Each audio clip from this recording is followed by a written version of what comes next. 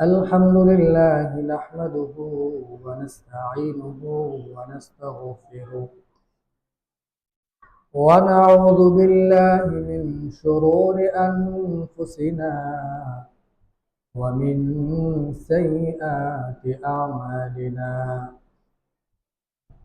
من يهده الله فلا مضل له ومن يضلله فلا هادي له. ونشهد أن لا إله إلا الله وحده لا شريك له. ونشهد أن سيدنا وسندنا وحبيبنا وطبيب ربنا ومولانا محمدا عبده ورسوله أرسله الله تعالى في كلامه المجيد والفرقانه الحميد. أعوذ بالله من الشيطان الرجيم. بسم الله الرحمن الرحيم. ظهر الفساد في البر والبحر بما كسبت أيدي الناس ليذيقهم بعض الذي عملوا لعلهم يرجعون. وقال النبي صلى الله عليه وسلم: إذا زاد الذنوب في الدنيا فضيق الله الأرض، أو كما قال عليه الصلاة والسلام. سبحانك لا علم لنا إلا ما علمتنا إنك أنت العليم الحكيم.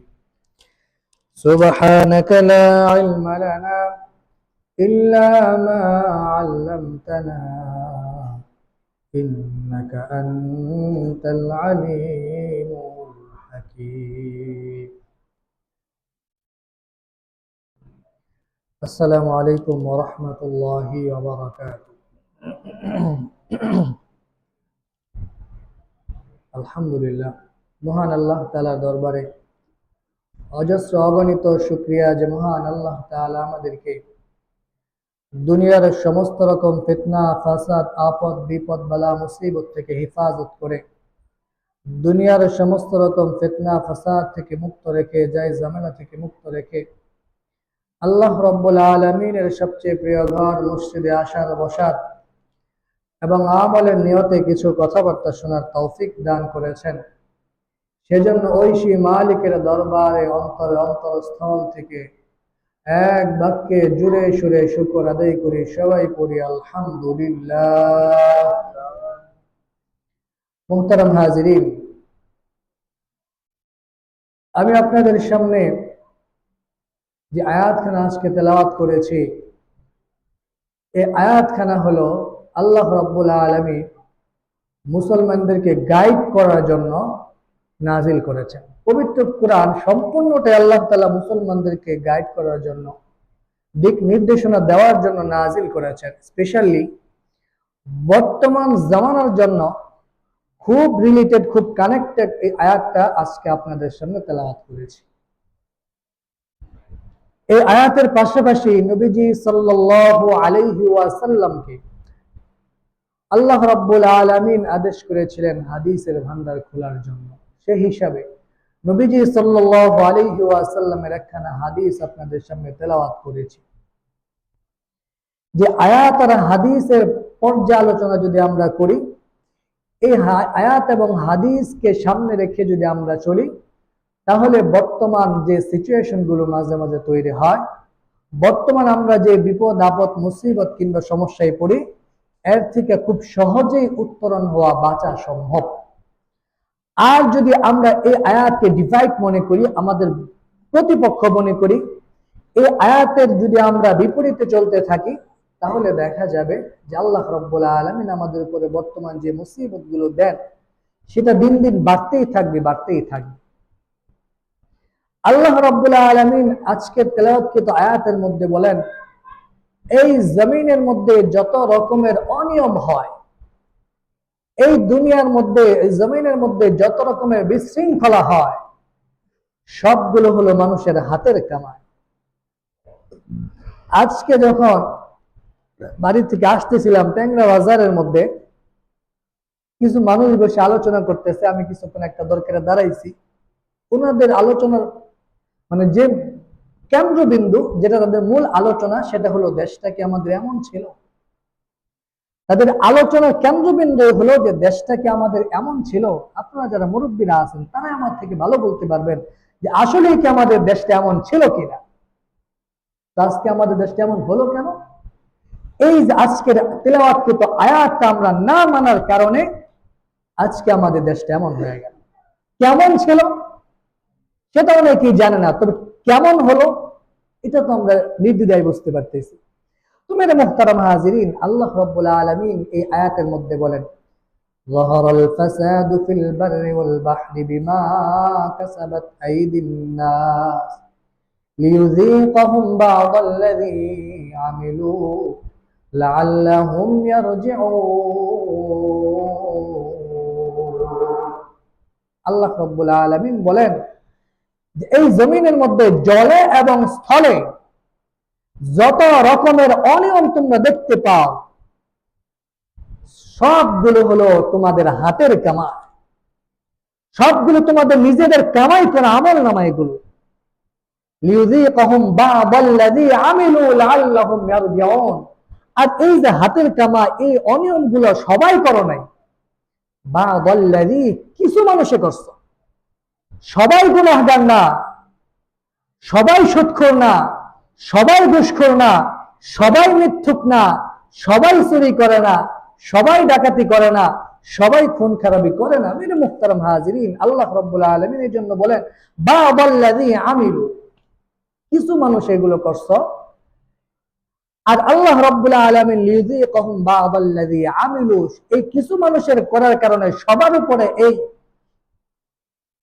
আযাব, এইরকম সিচুয়েশন তৈরি করেন। তার কারণ হলো লাআল্লাহুম ইয়ারজিউন। আল্লাহ রাব্বুল আলামিন বলেন যে আমি এইরকম সমস্যাগুলো দিয়া তোমাদেরকে দেখি তোমরা ফিরে আসো কিনা, কাম ব্যাক, আমার দিকে কাম ব্যাক করো কিনা তোমরা, এটা আমি এই সিচুয়েশন গুলো দিয়া দেখি। মেরে মুহতারাম হাজিরিন, নবীজি সাল্লাল্লাহু আলাইহি ওয়াসাল্লাম দোয়া করেছিলেন, আয় আল্লাহ, আমার উম্মতেরা যত বড় গুনাহ করুক তাদেরকে কিন্তু আপনি ধ্বংস করতে পারবেন। আমি এই জমিনের মধ্যে থাকবো, তাদেরকে আমি প্রোটেক্ট করবো আপনার গজব থেকে, কিন্তু তাদেরকে একেবারে ধ্বংস করতে পারবেন না। মেরে মুহতারাম হাজিরিন, আল্লাহ রাব্বুল আলামিনের তো জমিনটা ঠিক রাখতে হবে, মানুষের নিরাপত্তা তো আল্লাহ তাআলা দিতে হবে। সেজন্য আল্লাহ রাব্বুল আলামিন বলেন তোমরা যেই গুনাহগুলোই করো, প্রত্যেকটা গুনাহের একটা করে আযাব আমি দুনিয়ার মধ্যে দেই। কেন দেই? লাআল্লাহুম ইয়ারজিউন, যাতে করে তোমরা আমার রাস্তায়, আমার পথে ফিরে আসতে পারো। মুহতারাম হাজিরিন, নবীজি সাল্লাল্লাহু আলাইহি ওয়াসাল্লাম তার হাদিসের মধ্যে বলেন, ইযা যাদা যুনুবু ফিদ দুনিয়া ফাদায়্যাকাল্লাহুল আরদ। নবীজি সাল্লাল্লাহু আলাইহি ওয়াসাল্লাম তার হাদিসের মধ্যে বলেন, যখন পৃথিবীর মধ্যে অপরাধ, অপকর্ম, গুনাহগুলো বেড়ে যায়, গুনাহগুলো যখন মানুষ তাদের নিত্যদিনের প্রয়োজন মনে করে করতে থাকে, ফাদায়্যাকাল্লাহুল আরদ, আল্লাহ রাব্বুল আলামিন সবার জন্য এই পৃথিবীটা সংকীর্ণ করে দেয়। কেমন সংকীর্ণ করে দেয়? মেরে মুহতারাম হাজিরিন, আমাদের বর্তমানে পৃথিবীটা আমার জন্য, আপনার জন্য, আমাদের জন্য কেমন সংকীর্ণ হয়ে গেছে চিন্তা করতে পারেন? আরে ভাই, দুনিয়া যদি আমার আপনার জন্য সংকীর্ণ নাই হইতো, তাইলে কি কেউ গুলি খাওয়ার জন্য বুক পাইতে দেয়? কি বলেন আপনারা? চারদিকে যখন মানুষ অন্ধকার দেখে, চারদিকে যখন মানুষ তার দুনিয়াটাকে সংকীর্ণ দেখে, তখনই তো না জীবন দেওয়ার জন্য প্রস্তুত হয়। মেরে মুহতারাম হাজিরিন, আমাদের জন্য পৃথিবীটা কেমন সংকীর্ণ হয়ে গেছে, আমাদের গুনার কারণে আল্লাহ রাব্বুল আলামিন পৃথিবীটা কেমন সংকীর্ণ করে দিয়েছেন যে মানুষ বর্তমানে ইচ্ছা করে নিজের জান দিয়ে দিতে চায়। আল্লাহ রাব্বুল আলামিন আমাদের সবাইকে হিফাজত করুন। মেরে মুহতারাম হাজিরিন, আমরা যদি আমাদের গুনাহগুলো না ছাড়তে থাকি, আমরা যদি আমাদের গুনাহগুলো না ছাড়ি, এই যে নিত্য দিবস নিত্য দিন আমরা গুনাহ করতেছি, এই গুনাহ থেকে যদি আমরা ফিরে না আসি, কি গুনাহ করি এটাই তো বুঝি না। মেরে মুহতারাম হাজিরিন, নিত্যদিন যতগুলো অপকর্ম গুনাহ আমরা করতেছি, এটা থেকে যদি আমরা না ফিরে আসি, আমাদের উপরে যে মুসিবত গুলো আসতেছে সেটা বাড়তেই থাকবে, বাড়তেই থাকবে। 2013 সালে মানুষ মারা গেল প্রায় 800-র মতো, 700 থেকে 800-র মতো মারা গেল। আজকের খবরে দেখলাম এই আন্দোলনে 900 মানুষ মারা গেছে। আরে ভাই, সরকার থেকে আজকে সন্ত্রাস, জঙ্গিবাদ এবং দেশের অস্থিতিশীলতা পর্যবেক্ষক স্বরূপ আলোচনা করতে বলা হয়েছে। এই লাশের উপর দাঁড়ায় কি আলোচনা করবো বলেন? আপনারা যেমন মানুষ, আমিও তেমন একটা মানুষ। এই লাশের উপর দাঁড়ায় 4000-এর বেশি হলো আহত, ম্যাক্সিমামদের চোখে গুলি লাগছে। এইরকম রক্তের ঘ্রাণ যখন নাকে আসতে থাকে, চারদিক থেকে যখন লাশের গন্ধ নাকে আসতে থাকে, এই সময়তে এই সিচুয়েশনে কি বয়ান করব বলে? মেরে মুহতারাম হাজিরিন, এর সব কিছুর জন্য দায়ী হলাম আমি। এর সব কিছুর জন্য দেশের, আমাদের দেশের এই বর্তমান পরিস্থিতির জন্য দায়ী আমি। আমি গুনাহ ছাড়তে পারি না, সেজন্য আল্লাহ রাব্বুল আলামিন এই আমার মুসলিম ভাইয়ের রক্ত দিয়ে আমার এই মাটি ভিজাচ্ছে। আমি দায়ী, আমার কর্ম দায়ী, আমার অপকর্মের কারণে এই দেশের মধ্যে এরকম রক্ত ঝরতেছে। মেরে মুহতারাম হাজিরিন, 900 মানুষ মারা গেছে। কেমন মানুষ মারা গেছে? যারা ছিল প্রত্যেকটা পরিবারের স্বপ্ন, যাদেরকে নিয়ে এক একটা পরিবার, এক একটা এলাকা, এক একটা কি বলে এটাকে বাড়ি, এক একটা গোষ্ঠী যাকে নিয়ে স্বপ্ন দেখতো, এই সমস্ত 900 স্বপ্ন মারা গেছে এই বর্তমানে। এটা তো লিস্টেড, বেশি হতে পারে, কমও হতে পারে। মেরে মুহতারাম হাজিরিন, এই যে 900 প্রাণ ঝরে গেল, কেন? কি ফায়দাটা হলো? কি লাভটা হইলো? 15,000 কোটি টাকা লস হয়েছে আমাদের, শুধু নেট বন্ধ করার কারণে অর্থনৈতিকভাবে 15,000 কোটি টাকা লস হয়েছে। এছাড়া আজকে দেখলাম যে 500 কোটি টাকা লস হয়েছে আমাদের এই যে কি বলে এটাকে, রামপুরা বিটিভি ভবন পুরার কারণে। টুল প্লাজার মধ্যে আগুন ধরায় দিছে, ওটা ঠিক করতে 6 মাস সময় লাগবে। হাজার হাজার কোটি টাকা লস। আপনারা জানেন বর্তমানে আমাদের মাথা পিছু ঋণ কত?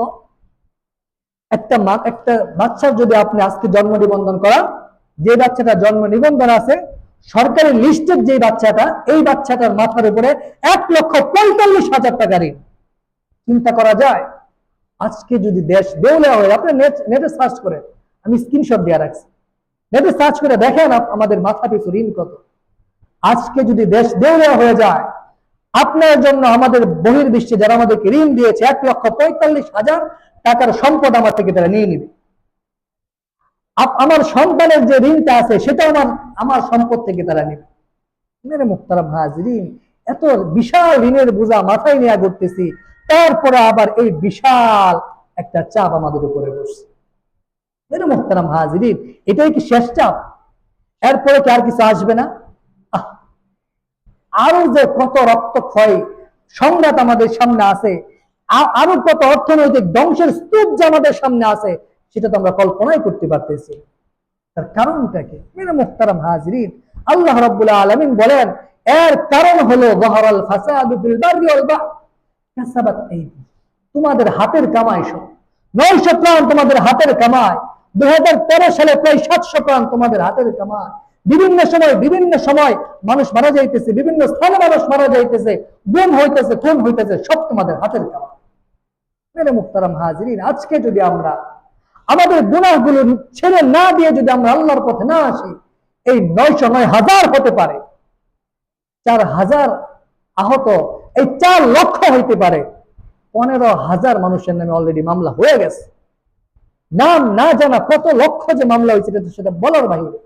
যেই ভার্সিটির ছেলেটা মাস্টার্স কমপ্লিট করতে লাস্ট ইয়ারে আছে, অনার্স লাস্ট ইয়ারে আছে, এই ছেলেটা মামলা খাইছে, আপনার কি মনে হয় সে গভর্নমেন্টে কোনো চাকরি পাবে? আর কোনো সম্ভাবনা আছে? সে তো টেররিস্টের খাতার মধ্যে নাম উঠেই গেছে। পুরা পরিবারের স্বপ্নটা তার ধ্বংস হয়ে গেছে, লক্ষ লক্ষ পরিবারের স্বপ্ন নষ্ট হয়ে গেছে। মুহতারাম হাজিরিন, এমনিতেই তো দেশের মধ্যে চাকরি নাই, লক্ষ লক্ষ যুবক আমাদের চাকরি হারা বেকার হয়ে ঘুরতেছে। আপনারা তো রাস্তাঘাটে বের হন না। বিভিন্ন সময় আমি যে মাদ্রাসায় চাকরি করি, অনার্স কমপ্লিটেড একজন লোক আসছে আমাদের হোস্টেল সুপার হওয়ার জন্য 8,000 টাকা বেতন। অনার্স কমপ্লিটেড, যে যার ছেলে অনার্স কমপ্লিট করছে উনি জানে যে একটা বাচ্চারা অনার্স পর্যন্ত নিয়ে যাইতে, অনার্সের গণ্ডিটা পার করতে কি পরিমাণ মেহনত করতে হয়। যার সন্তানটা অনার্স পাস করছে সেই জানে। মানে মুহতারাম হাজিরিন, লক্ষ লক্ষ অনার্স পাস করা, মাস্টার্স কমপ্লিট করা যুবক আমাদের সমাজে ঘুরতেছে, চাকরি না। এই যে আরো ঘাটতি শুরু হয়ে গেছে, আরো যে কত প্রাণ যাবে এটা তো বলাই যায় না। মানে মুহতারাম হাজিরিন, তো সেজন্য আমাদের বর্তমানে কর্তব্য হলো, আমরা আন্দোলন করে গোলাগুলি করে কিংবা বিভিন্ন রকম সংগ্রাম করে দেশের মধ্যে শান্তি প্রতিষ্ঠা করতে পারবো না, বিলকুল পারবো না। আমরা কি একটা আমাদের হাতিয়ার আছে, সেটা হলো আমি যে অপকর্মগুলো করতেছি, আমি যে মিথ্যা কথা বলতেছি, আমি যে মানুষকে ধোঁকা দিতেছি, আমি যে মানুষকে ঠকাইতেছি, আমি যে অন্যের হক মেরে খাইতেছি, এই সমস্ত গুনাহ থেকে আমাকে বাঁচতে হবে। যদি আমরা এই সমস্ত গুনাহ থেকে বাঁচতে পারি, আল্লাহ রাব্বুল আলামিন প্রিয় হাবিব বলেন, আমি রহমত নিয়ে আসছি, আল্লাহ রাব্বুল আলামিন তোমাদেরকে রহমত দিয়ে ডুবাই দিতে প্রস্তুত। আমি রহমত নিয়ে আসছি। মেরে মুহতারাম হাজিরিন, এই জমিনের মধ্যে আমার নবী শুয়ে আছেন, অর্থাৎ রহমতের যে বাড়ি দ্বারা আল্লাহ রাব্বুল আলামিন আমাদের উপর নাজিল করতে শুরু করেছিলেন, এটা এখনো বর্ষিত হওয়া সম্ভব। কিন্তু আমরা যে পর্দা টানায় দিছি, যেই দিকটা পানি পড়ে ওই দিকটা যদি আমরা বোতল না ধরা, যদি আমরা টিন দিয়া দিই, এই বোতলের মধ্যে নিচে যদি বোতল থাকে তাহলে বোতলের মধ্যে পানি পড়বে বলে আমি উপরে একটা পাইপ লাগাই দিছি। এই পাইপের নিচে আমি একটা বোতল রাখলাম, আবার আমি নিজের হাতে গিয়া এটার মধ্যে একটা টিন দিয়া রাখলাম। মেরে মুহতারাম হাজিরিন, কিয়ামত পর্যন্ত বোতল থাকবে, পানি পড়বে, বোতলের মধ্যে এক ফোঁটা পানি পড়বে না। আর যদি আমরা এই মাঝখান থেকে প্রতিবন্ধকতা সরাইয়া দিই, গুনাহের যে প্রতিবন্ধকতা এটা যদি সরাইয়া দিই, মেরে মুহতারাম হাজিরিন, এই যে আল্লাহ রহমতের বাড়ি দ্বারা বর্ষিত হইতেছে, সারা পৃথিবীর তলায় যাবে আল্লাহ রাব্বুল আলামিনের রহমত। তার জন্য আমাদের শর্ত হইল আমাদের গুনাহ থেকে বাঁচতে হবে, আমাদের অপকর্ম থেকে আমাদেরকে নিজেদেরকে বাঁচাইতে হবে, আমাদের যে নফসের ভিতরে যে অপবিত্রতা ঢুকে গেছে এটাকে বের করে দিতে হবে। যদি এইগুলো আমরা যদি করতে পারি, আমাদের দেশ নিরাপদ থাকবে, আমাদের অর্থনীতি নিরাপদ থাকবে, আমাদের সোনার ছেলেরা নিরাপদ থাকবে, যুবকরা নিরাপদ থাকবে। আল্লাহ রাব্বুল আলামিন আমাদের সবাইকে গুনাহ থেকে বেঁচে থাকার তৌফিক দান করুক। মেরে মুহতারাম হাজিরিন, আমাদের ইসলাম ফাউন্ডেশন থেকে আজকে সারা বাংলাদেশের ইমাম সাহেবদেরকে আহ্বান করা হয়েছে সন্ত্রাস জঙ্গিবাদ নিয়ে কথা বলার জন্য। মেরে মুহতারাম হাজিরিন, জঙ্গিবাদকে আমাদের সাথে এভাবে পরিচয় করা দেওয়া হয়েছে যে জঙ্গিবাদ হলো পাঞ্জাবি পরা, টুপি পরা, দাড়িওয়ালা একটা যুবক। জঙ্গিবাদ মানে যে পাঞ্জাবি পরে, যে টুপি পরে, যে দাড়ি রাখে, সেই হলো যুবক। আমাদেরকে যখন ট্রেনিং দেওয়া হয়, এই ট্রেনিং এর মধ্যে আমাদেরকে জঙ্গিবাদের আলামত, বিশেষ করে 5টা আলামত দেখানো হয়। সেটা হলো হঠাৎ করে সে নামাজি হয়ে গেছে, হঠাৎ করে সে নামাজি হয়ে গেছে। আরে ভাই, কারোর ভিতরে যদি দিন ঢুকে যায় সে তো হঠাৎ করে নামাজি হবে। আজকে আমি নামাজ পড়ি না, আমার ভিতরে যদি আজকের বয়ানের মাধ্যমে নামাজ যদি দিন ঢুকে যায়, কালকে থেকে আমি হঠাৎ করে নামাজি হয়ে যাবে। জঙ্গিবাদের একটা আলামত হলো হঠাৎ করে নামাজি হয়ে গেছে।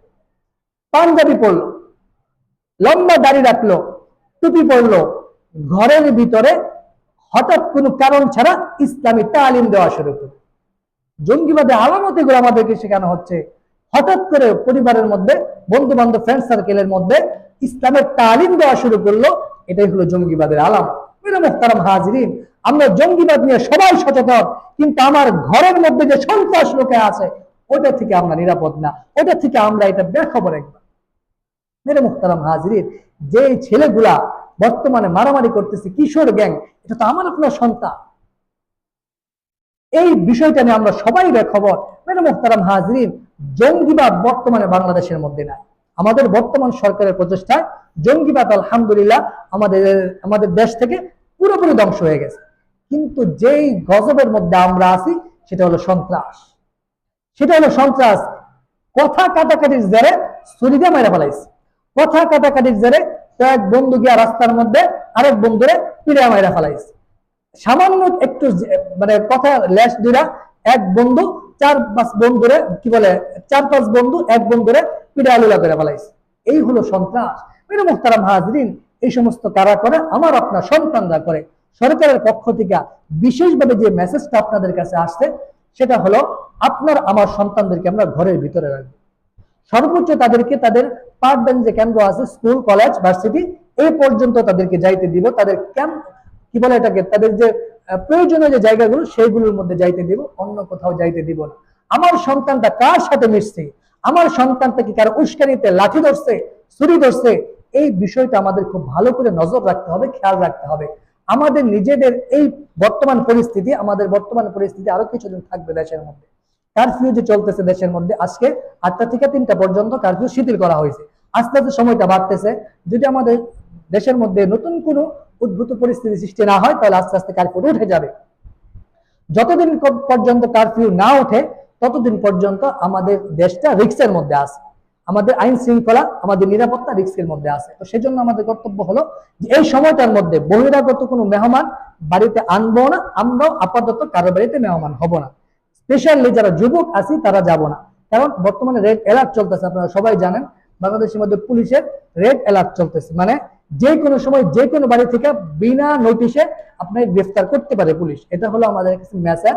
তো সেজন্য খুব সতর্ক থাকবো আমরা, যাতে করে আমাদের সন্তানরা আপাতত আমাদের প্রয়োজন ছাড়া বাহিরে কিংবা তাদের যে স্কুল, কলেজ, ভার্সিটি আছে সেটার বাহিরে যেন না যায়। আল্লাহ রাব্বুল আলামিন আমাদের সবাইকে এই সমস্ত কথাগুলো মানার তৌফিক দান করুক। আল্লাহ রাব্বুল আলামিন আমাদের সবাইকে গুনাহ থেকে বেঁচে থাকা তৌফিক দান করুক। সবাই বলেন আমিন। ওয়া আখিরু দাওয়ানা আলহামদুলিল্লাহি রাব্বিল আলামিন।